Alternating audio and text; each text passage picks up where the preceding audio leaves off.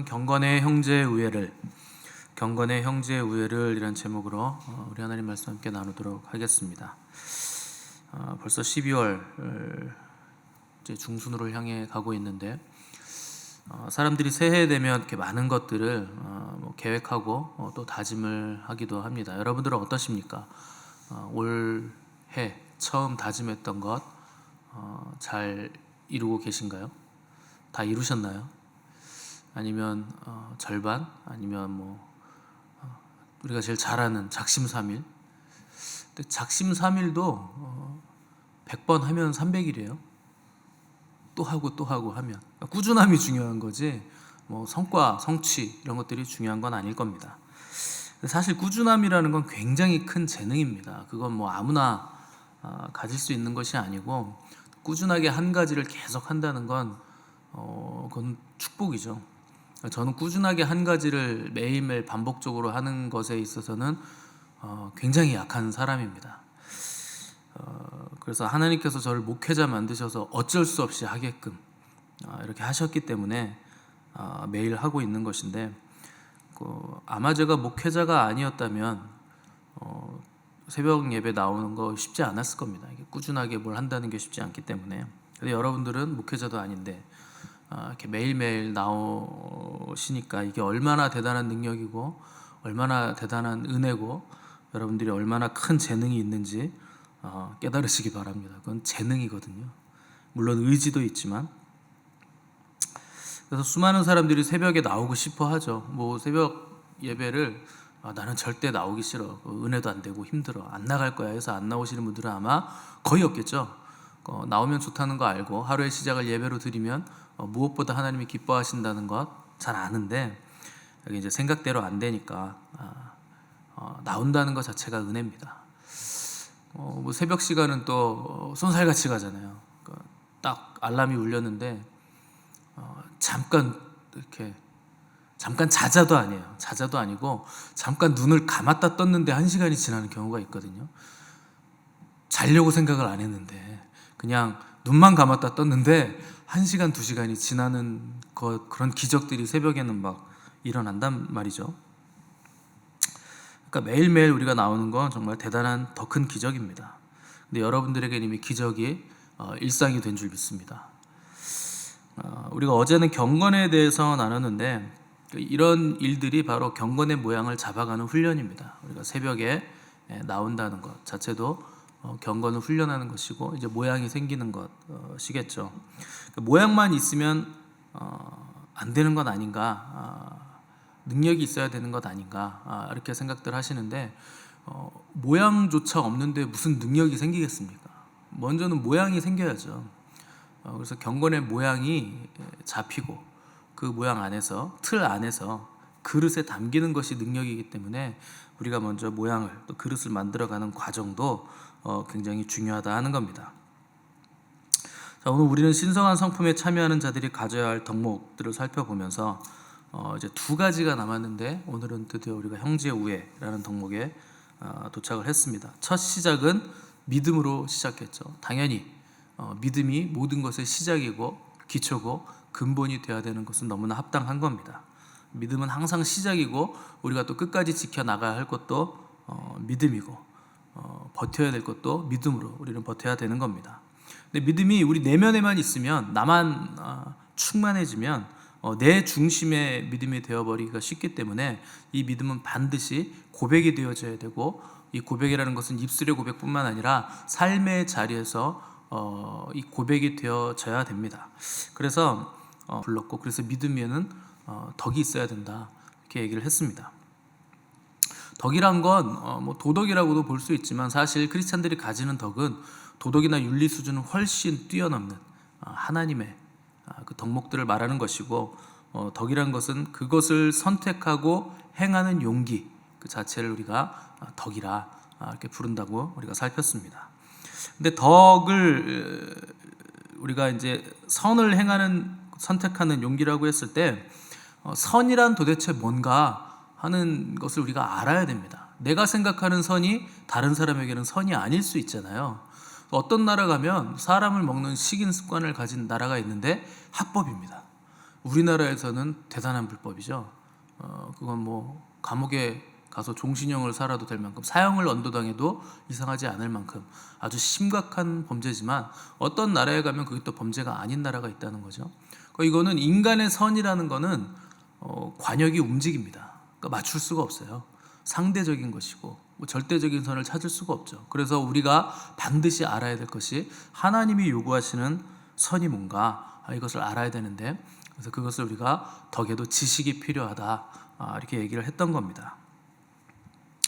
자, 지식에 또 필요한 것은 절제라, 이렇게 얘기했습니다. 지식적으로 가장 뛰어났던 사람들이 뭐 바리새인들이나 서기관들이나 뭐 율법사들이었죠.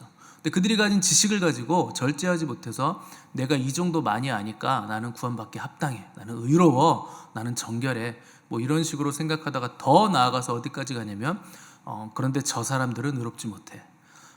그래서 정죄와 판단의 잣대로 지식을 사용하기 시작하면 그 지식이 자기를 구원에 이르지 못하게 만들고 망하게 만들 것이기 때문에, 반드시 우리의 지식에는 절제가 필요하다. 절제가 없는 지식은 브레이크 없는 자동차와 같아서 폭주하게 되기 때문에 우리에게는 반드시 절제가 필요한 겁니다. 근데 그 절제의 반대편에 또 한 가지 필요한 것을 인내라, 우리가 이렇게 얘기를 했습니다. 그래서 절제라는 것은 하고 싶은 것을 하지 않는 능력이라고 말씀을 드렸고, 인내는 하기 싫은 것을 하는 능력이라고 나눴고, 어제는 이 모든 것을 전반적으로 아우르는 것을 경건이라 하는 것으로 경건의 내용을 살폈습니다. 그래서 경건은 모양이 먼저 형성이 되고, 그 모양이 담고 있는 실제적인 능력이 나타나야 한다. 어떻게 능력이 나타나는가? 우리의 경건은 혼자서 무슨 득도를 하거나 무슨 면벽을 하거나 혼자 어떤 능력을 가지는 것이 아니고, 내가 하나님 앞에 서 있다라는 의식으로 하나님 앞에서 모든 것을 행하는 그 코람데오의 자세, 그것이 경건이라. 그리고 하나님과 함께 하나님 앞에서 하나님을 닮아가며 그분과 영원히 함께 있는 것을 소망하게 될 때 우리의 삶에서 나타나는 능력들을 우리가 경건의 능력이라 부르는 것을 어제 살폈습니다. 또 참된 경건은 하나님 앞에 서 있기 때문에, 하나님을 두려워하기 때문에 사람을 두려워하지 않는 것이라 하는 내용들을 어제까지 우리가 나눈 겁니다.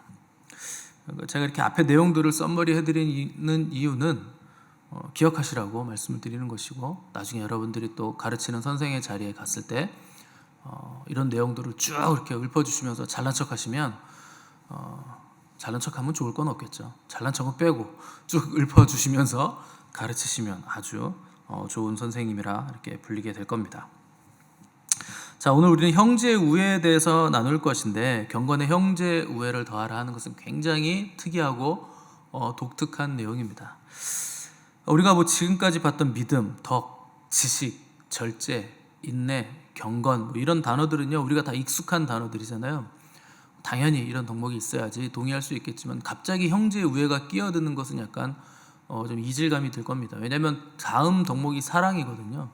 근데 그냥 사랑으로 넘어가면 형제의 우애 같은 거 다 그냥 포함이 되는 것 아닙니까? 우애 있게 지내고 서로 잘 섬기고 사랑해주고 이런 것들 전부 다 사랑 안에 들어가 있는 건데, 사랑으로 다 녹여낼 수 있는 건데, 굳이 베드로는 형제 우애라는 것을 여기다가 중간에 넣어놨습니다.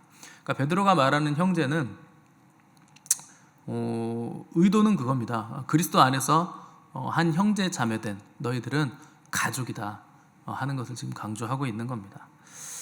이 갖춰지게 되면 우리는 죄성이 있기 때문에 어떤 모양이 형성이 되면 내가 그런 사람인 줄 아는 그 함정에 빠지게 되어 있습니다. 그래서 이렇게 눈에 보이면 그게 내세울 거리가 되고 명분이 되잖아요. 일단 뭐가 보이기 시작하면. 이게 항상 우리의 죄성인데, 모양만 있고 명분만 있는데 실제 내용은 없고 능력이 나타나지 않는 거 우리가 외식이라 이렇게 부르는 거잖아요. 우리가 경건의 연습을 할 때 가장 쉽게 외식하는 내용이 있는데, 바로 내 옆에 있는 형제 자매들을 사랑하는 것을 우리가 자꾸만 무시하려고 하는 경향성을 가지고 있는 겁니다. 특별히 가족들에게는 더 그렇죠. 집에 있는 내 가족.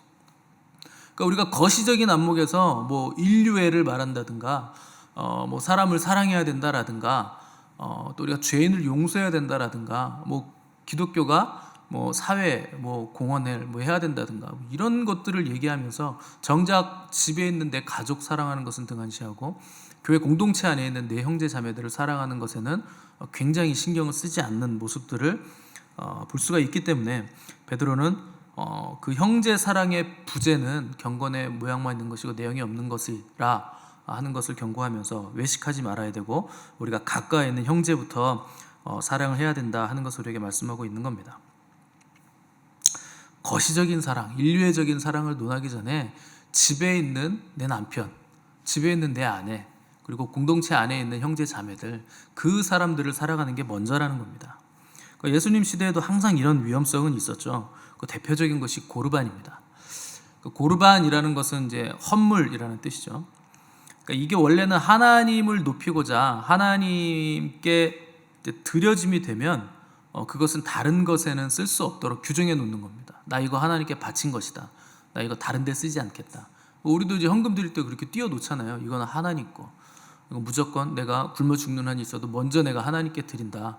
뭐 11조나 헌물이나 이런 것들은 먼저 이렇게 띄워놓고 나머지 가지고 우리가 생활하는 삶의 습관을 가져야 되는데 그게 이제 말하자면 신약시대 고르반 같은 거죠. 근데 문제는 사람들이 이 고르반을 악용하기 시작하면서 유행처럼 번져갔던 일이 있었는데 자기가 가진 재산을 나 이거 하나님께 드리기로 소원했습니다. 이렇게 얘기하면서 그걸 가지고 자기 부모들을 섬기는 것에 있어서 등한시하기 시작했다는 거죠. 그러니까 부모가 십계명에 보면 부모를 공경하라고 되어 있잖아요. 그러니까 예수님이 뭘 지적하셨냐면 그렇게 고르반이 됐다고 하면서 부모를 섬기지 않는 것은 십계명을 대놓고 너희가 어기는 것 아니냐 이렇게 지적을 하신 거죠. 그러니까 부모를 사랑하지 않으면서 하나님을 사랑한다고 말하는 것이 너무나 거시적인 사랑을 큰 사랑을 얘기하면서 정작 내 옆에 있는 부모를 사랑하지 않는 것이 얼마나 너희가 이율배반적이며 가증스러운 짓을 하는 것이냐라는 것을 주님이 정확하게 지적을 해주신 겁니다. 이런 일들이 우리 안에서 굉장히 많이 일어나기 때문에 눈에 보이는 형제 사랑하지 않으면서 어떻게 보이지 않는 하나님을 사랑할 수 있겠는가? 정말 너희가 하나님을 사랑한다면 보이는 형제를 사랑하는 것으로 하나님 사랑의 증거가 나타남이 합당하다 하는 것이죠. 그것이 바로 형제 우애의 내용입니다.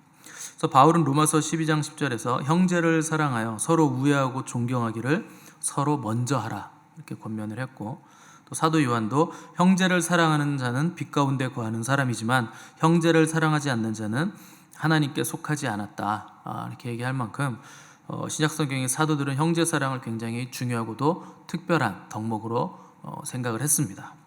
또 특별히 사도 요한은 요한일서 4장 20절에서 하나님을 사랑하노라 하고 그 형제를 미워하면 이는 거짓말하는 자니 보는 바 그 형제를 사랑하지 아니하는 자는 보지 못하는 바 하나님을 사랑할 수 없느니라 이렇게 못을 박았습니다. 그러니까 여러분들이 하나님을 사랑한다면 지금 옆에 앉아 계신 이분들을 사랑하는 것으로 하나님 사랑의 증거가 된다는 겁니다. 그러니까 여기 공동체 안에 있는 사람 사랑하지 못하면 그 사람이 하나님 사랑한다고 백날 떠들어봐야 전부 다 가짜라는 거죠. 가짜 믿음이라는 겁니다. 그 사람들 먼저 사랑하는 것이 신앙생활의 필수적인 요소예요. 당연히 최소 단위인 부부가 먼저 사랑을 나아가야 됩니다. 이웃의 최소 단위는 부부이기 때문에 당연히 최소 단위인 부부가 먼저 사랑을 해야 되고 또 부모와 자녀를 먼저 사랑해야 됨이 마땅한 겁니다.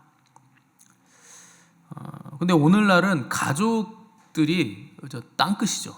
특별히 자녀들은 이놈의 자식들은 말을 안 들어 처먹죠. 교회 나가라 그래도 나오지도 않고 잘 나오지도 않고 어떻게 뭐 협박을 좀 해야 뭐 가끔 나오고 땅끝이에요. 땅끝 가족. 특히 자녀들은 땅끝이죠. 왜 그렇게 됐을까요? 물론 자녀들이 훌륭한 자녀들도 있죠. 근데 대부분은 그렇지 않은 경우가 많은데 책임은 부모에게 있는 겁니다. 교회에서의 부모의 모습과 가정에서의 부모의 모습이 굉장히 이질감을 주기 때문에 자녀가 부모를 인정하지 않는 거예요. 또 뭐 자녀 문제만이 있는 것도 아니죠. 나의 치부를 다 알고 있는 사람은 나를 존경하지 않게 돼 있고 그 사람들은 말을 잘 안 듣게 돼 있습니다.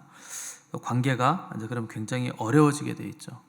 나로서도 내 치부를 다 알고 있고 내가 훌륭하지 못하다는 걸 아니까 그런 불편한 관계들을 그냥 방치해 놓고 있는 겁니다. 그러니까 방치해 두면 멀어지니까 지구 반대편에 있는 나라보다 가정 안에 있는 그 가족이 훨씬 더 멀게 느껴지는 일들이 우리 안에서 계속 일어나게 된다는 것이죠. 그래서 주님은 사람의 원수가 자기 집안 식구리라 이런 말씀을 하셨어요. 그래서 어떤 분들은 복음을 받아들였고 주님을 사랑한다고 하시고 하나님을 사랑한다고 하면서 부모님 평생 안 보시는 분들도 있습니다. 나는 그냥 우리 부모 안 보기로 했습니다. 의절했습니다. 나에게 큰 상처를 준 적이 있기 때문에 그냥 신경 안 쓰기로 했습니다. 이런 분들도 있고, 또 형제 자매들하고 아예 연락을 그냥 끊고 사시는 분들도 있죠. 가장 어려운 월드는 시월드죠. 시자가 들어가면 어렵잖아요.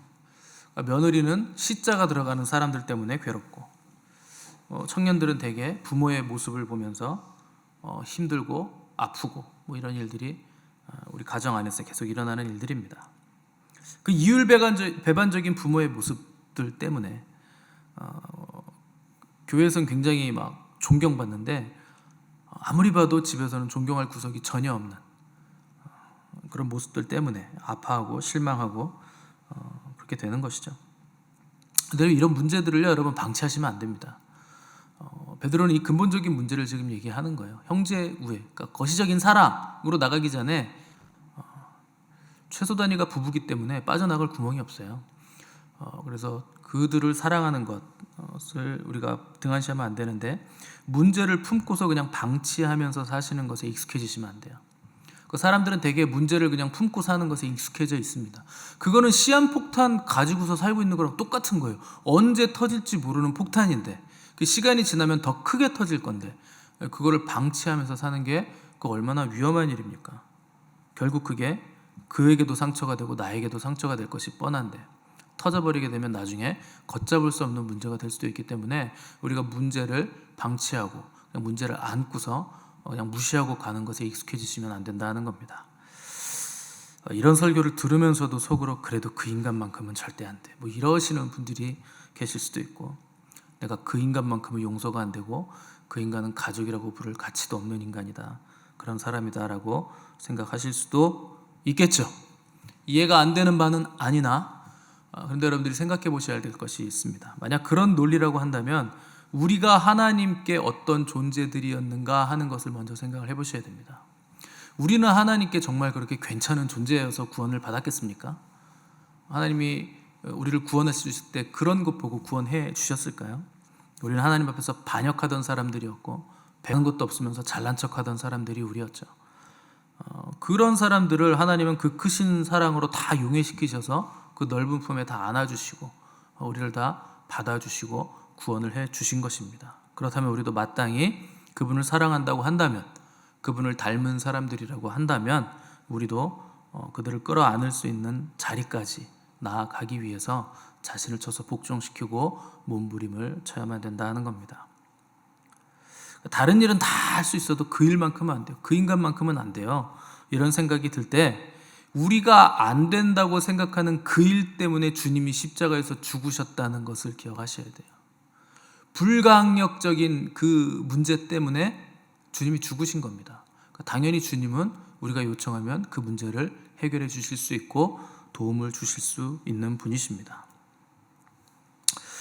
다윗은요, 형제의 사랑에 대해서 굉장히 아름다운 시편을 한 편 지었어요. 우리 시편 133편 한번 찾아보시겠습니다.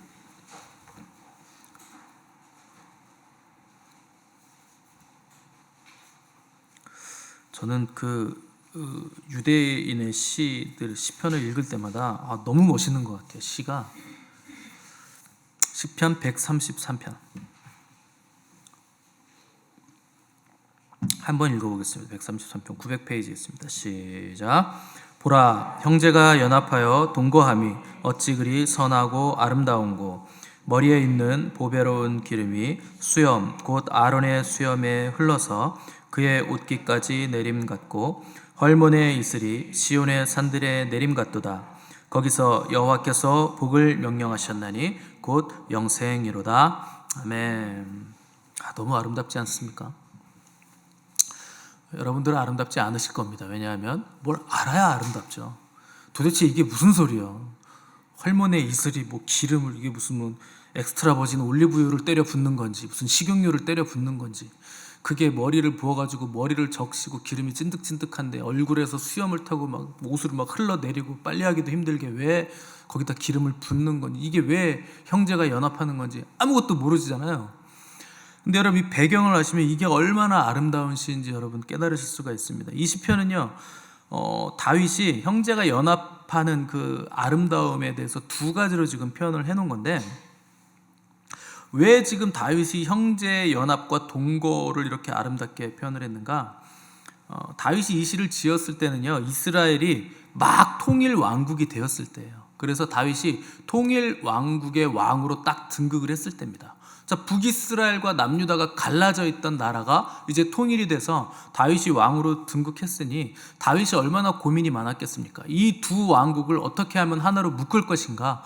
위쪽과 아래쪽이 지금 굉장히 다른 문화를 가지고 있고 이질감을 형성하고 있는데, 특별히 북이스라엘은 우상숭배가 너무나 만연했던 왕국이었고, 남유다는 그런 사람들을 보면서 손가락질하고 우리는 그 유일신 하나님을 섬기는 것을 끝까지 지켜낸 민족이라는 또 프라이드가 있는 왕국이었고, 뭐 이런 것들이 이질감이 있고 서로 간에 반목이 있는데, 어떻게 하면 이 나라들을 하나의 왕국으로 묶을 것인가를 고민하던 가지고 들어오면서 온 민족을 하나로 묶어낸 겁니다.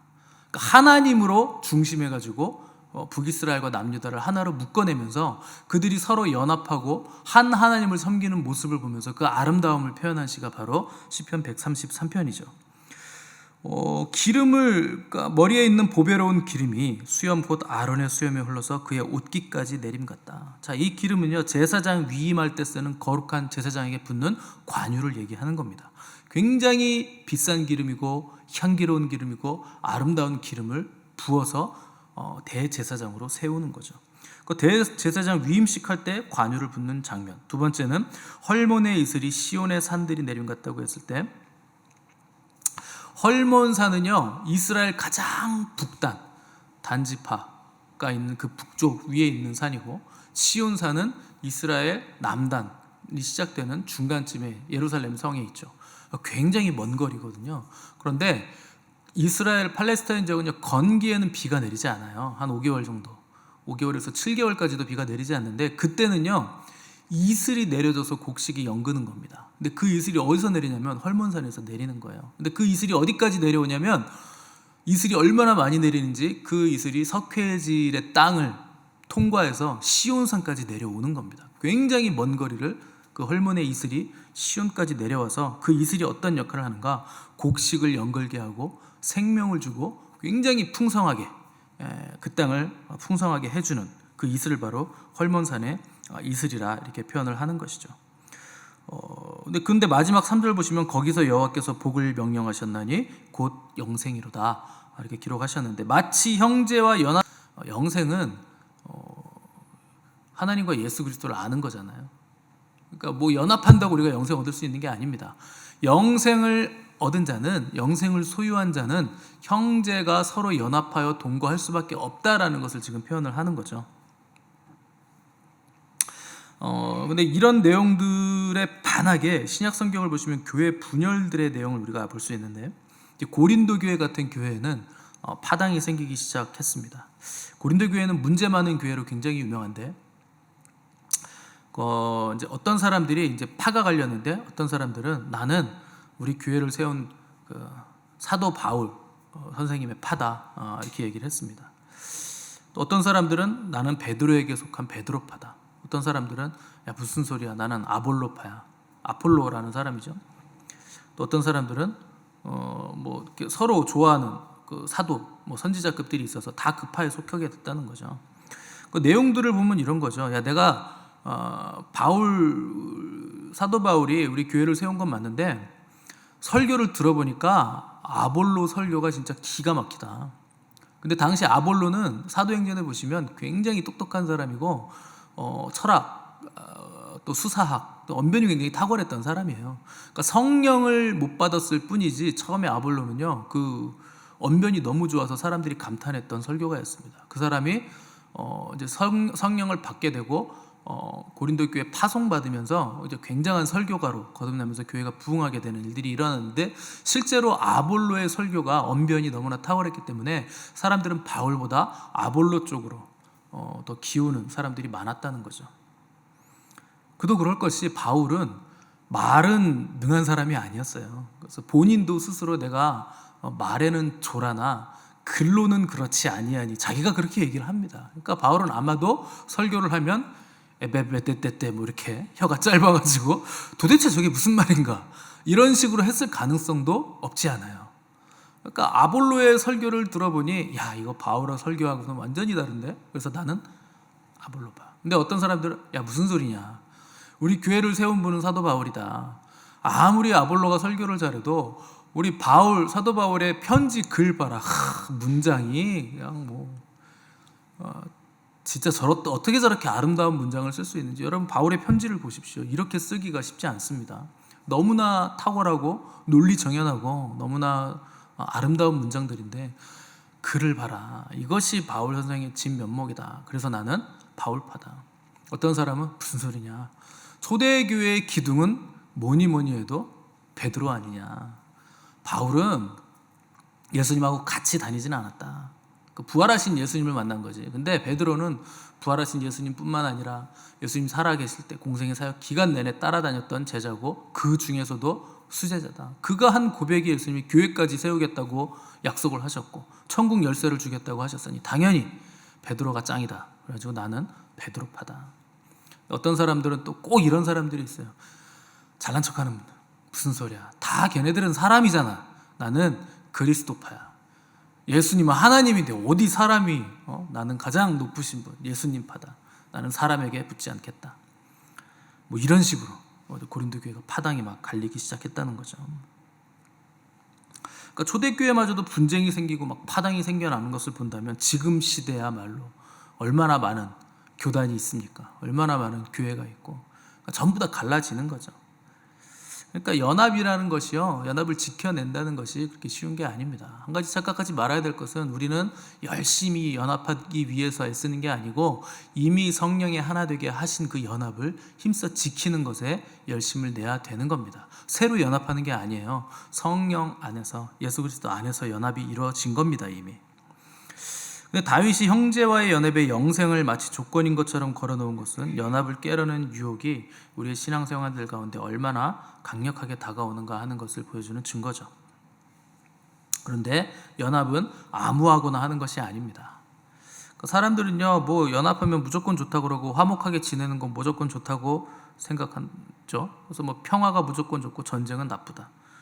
그렇지 않습니다. 사람들이 좋아하는 평화, 사람들이 열광하는 화합, 사람들이 추구하는 연합이라고 해도 하나님께서 싫어하신다면 우린 거기서 돌아서야 돼요.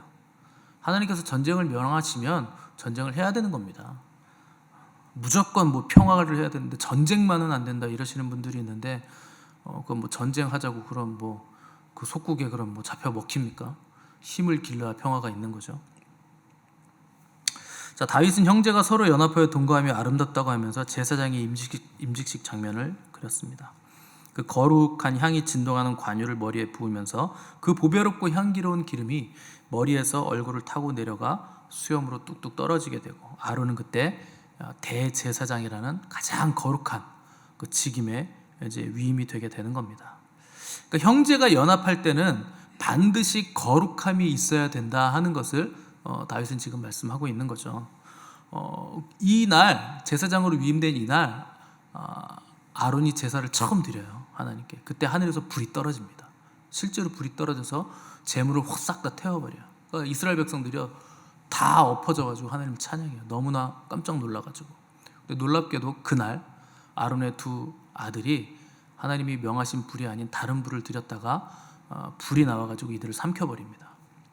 그때 사람들이 하나님을 굉장히 두려워하죠. 경외감을 가지게 됐죠. 그런데 아론은요, 그날 자기 네 아들 중에 2명이나 죽은 거예요. 아론으로서는 얼마나 이게 비참한 일이고 비통한 일이고 가슴이 찢어질 일이겠습니다. 근데 일이었겠습니까? 근데 모세가 뭐라 그러냐면, 너 슬퍼하지 마라. 너는 거룩한 제사장이다. 오늘은 슬퍼할 수 없는 날이다. 오늘 하나님께서 우리의 제사를 받으셨고 제사장으로 네가 위임이 됐고 하나님께서 불을 내려서 우리의 제사를 제물을 기뻐하셨으니 슬퍼할 수 거룩하고 엄위한 직분이었다 하는 것이죠. 거룩함이 수반되어야 한다는 겁니다. 또 서로 연합하여 동거함의 중심에 이 거룩함이 수반되어야 한다는 겁니다. 또 헐몬산이 해발 2780m예요. 굉장히 높은 산입니다. 고도가 높다 보니까 동서남북의 지형이 다 달라요. 그 헐몬산 단지파 그런 데 가서 보시면은 이스라엘도 보이고 요르단도 보이고 시리아도 보이고 4개국 정도가 보입니다. 거기서. 그러니까 지형이 다 다르고 그 주변의 기온차로 인해서 이슬이 굉장히 많이 발생하는 겁니다. 온도차가 심하니까 결로 생기는 것처럼. 그래서 굉장히 많은 양의 이슬이 헐몬산에 내리는데 이 최북단에 있는 헐몬산이 예루살렘에 있는 성전이 있는 시온산까지 흘러내려가서 풍요와 결실을 준다 하는 것은 공동체가 어떠해야 하는가를 말해 주는 거죠. 완전히 다른 동서남북이 완전히 달라요. 헐몬산의 그 중심으로 딱 놓고 보면 기후도 다르고 지형도 다르고 나라도 다르고 완전히 다른 동서남북이라는 건 땅의 수 4개 4잖아요. 땅의 숫자잖아요. 땅에 있는 사람들이 완전히 다르지만 그 다름으로 인해서 헐몬산에 풍요한 이슬이 내려서 시온산까지 흘러내려가 생명을 주고 풍요를 주고 땅을 적시는 것처럼 우리의 연합이 성전된 우리에게 생명과 풍요와 결실을 내리는 것이라 하는 것을 다윗은 시편에서 노래를 하고 있는 것입니다. 그래서 우리가 공동체 안에서는 연합을 위해 헌신하고 애쓸 때 우리 공동체 안에 풍요와 생명이 전해진다 하는 것을 사랑을 위해서 형제 우애를 위해서 연합을 위해서 애를 쓰셔야 됩니다. 그래서 주님은 누가복음 6장 38절에서 주라 그리하면 너희에게 줄 것이니 후히 되어 누르고 흔들어 넘치도록 하여 너희에게 안겨주리라. 여러분들이 형제들에게 자매들에게 사랑을 줄 때 연합을 지켜내기 위해 애쓰고 힘쓰는 만큼 주님은 누르고 흔들어 넘치도록 여러분들에게 복을 안겨주실 것입니다. 이 복을 놓치지 마시기 바라고 풍성히 누려가시는 저와 여러분 되시기를 간절히 바랍니다. 함께 기도하겠습니다.